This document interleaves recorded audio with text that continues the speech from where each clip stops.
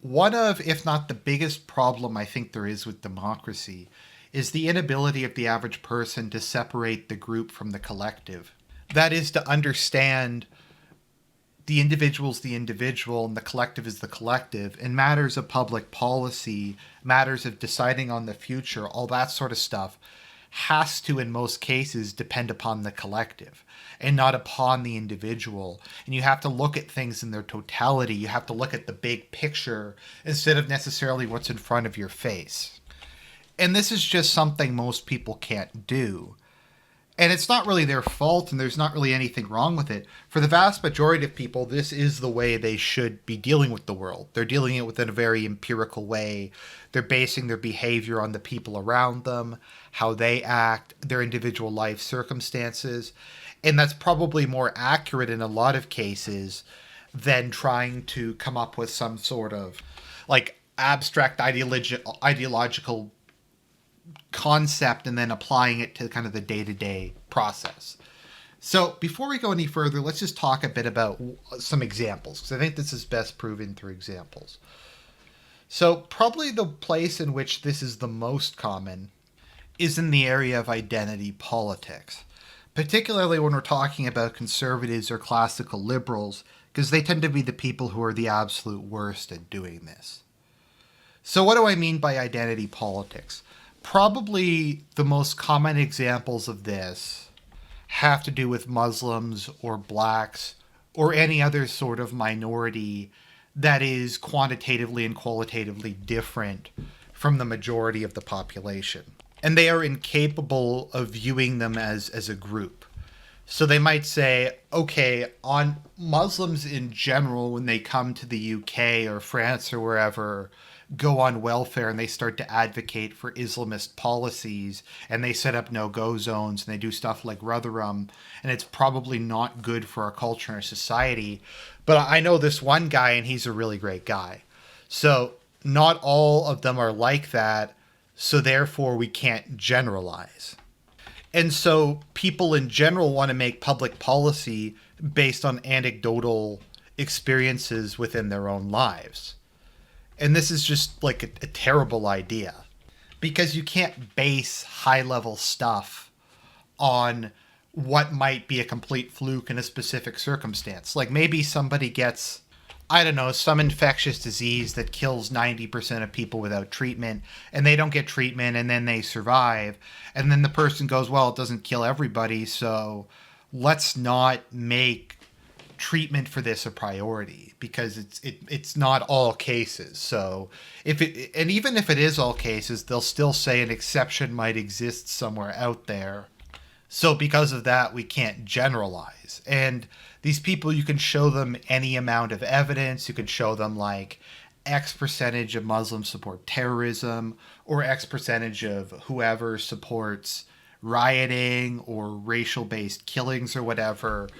And it will not matter, because they will say, well, I met this one guy who's not like that, so it's okay. And once again, that's a very, very poor way to run a society. It's also, in my view, very morally short-sighted.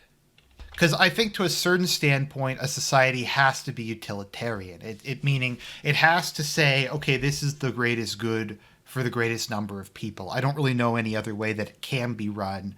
In some circumstances, even within circumstances where we have to do a little evil to do some good, there's a point at which the evil is so far that it corrupts the society and it will do more net harm than good. It's a bit of how you kind of frame it and how you think about it, because like public virtue and social trust and the rule of law and all these sorts of things are also a public good. And part of being a prince, part of being a ruler, is to make these really hard decisions, to make decisions that other people can't make. Like, for instance, maybe there's an extremely infectious disease with no cure, and they just decide to quarantine the people, and they basically send them to like a sterile building somewhere and don't let them interact with anyone else, and basically just kind of let them die. Now, this might seem cruel and harsh, but the prince or the government has to make this call. They have to say, for the greater good, for the safety of our society, we have to do this. Another good example is that one kid who drowned, and then it made everybody like, oh, we have to accept an unlimited number of refugees. It doesn't matter how much harm this is going to do to the people of Europe. It doesn't matter how much harm this is doing to the countries where most of their young, better educated males are fleeing en masse and taking their money and going to another continent. All that matters is that one kid drowned. And the complete extinction of a continent and the brain drain of another one is secondary to that one picture. And people cannot, by and large, morally think in these terms. They just can't. And once again, that's not necessarily a bad thing. Most people, their job is to just go about their normal life. There's nothing wrong with your focus being on your career, your family. You don't really have any interest in these big meta-political issues. You just want to go to church. You want to do good at your job. You want to raise your kids to be decent human beings. And people shouldn't have to worry about these bigger things. There's nothing wrong with being average IQ, so long as you're a virtuous person who is fulfilling kind of your part of the social contract. So, because a lot of people will kind of demean these people and they'll say, oh, the problem with democracy is that the masses are stupid, that they're not educated, that they need to like spend more time on this stuff. And the thing is, this stuff is very complicated. Like, you and I can't always, and I'm just saying this not because I'm Mr. Super Big Brain, but if you're me or you're people watching this, you probably follow the news, you probably know more about history and sociology and social science than 99% of the public. And even you guys don't know how to respond to these things. You don't know the answer to these questions. These things are very hard. So if you can't figure it out, someone who's fairly well educated, and if like the experts who spend their lives studying these things can't agree, then what hope does the average person have? And once again, that's not their job. It shouldn't be their job. But we ask them to do this.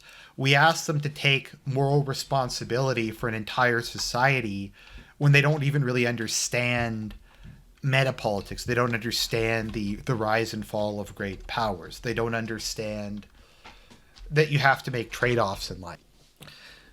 Black Lives Matter is probably another good example of this, because it's saying, in their view, I don't think in most cases it is the case, but in their view, because the police shot one black youth who may not have deserved it, that means we can't have policing at all. And that would be socially disastrous. That would lead to just massive crime. That would lead to like a social disintegration if we got rid of law enforcement. But they don't care about that. They can't understand the consequences of what it is they want. All they can see is what is immediately in front of their face, and they can't make that distinction. Now, is there an obvious answer for any of this? Does this mean we just need a technocracy? Does this just mean we need a ruling elite, a patrician class, or something like that? I'm not really sure, but that's not necessarily what I'm talking about here. I'm just saying this is, I think, my best attempt to kind of determine why these things happen and how these things happen, and to identify what to me is kind of the fundamental problem with democracy. And this comes down to other aspects, like be it programs, be it taxes, be it any number of things, is people can't see the big picture. But they're being asked to make informed decisions, indirect informed decisions, which is even worse, on issues that they have no understanding of and that they shouldn't have an understanding of, and it's not their responsibility to have an understanding of. So that's kind of my thoughts on the matter. I hope you learned something. I hope this was kind of interesting. This is Argent. As always, we must dissent.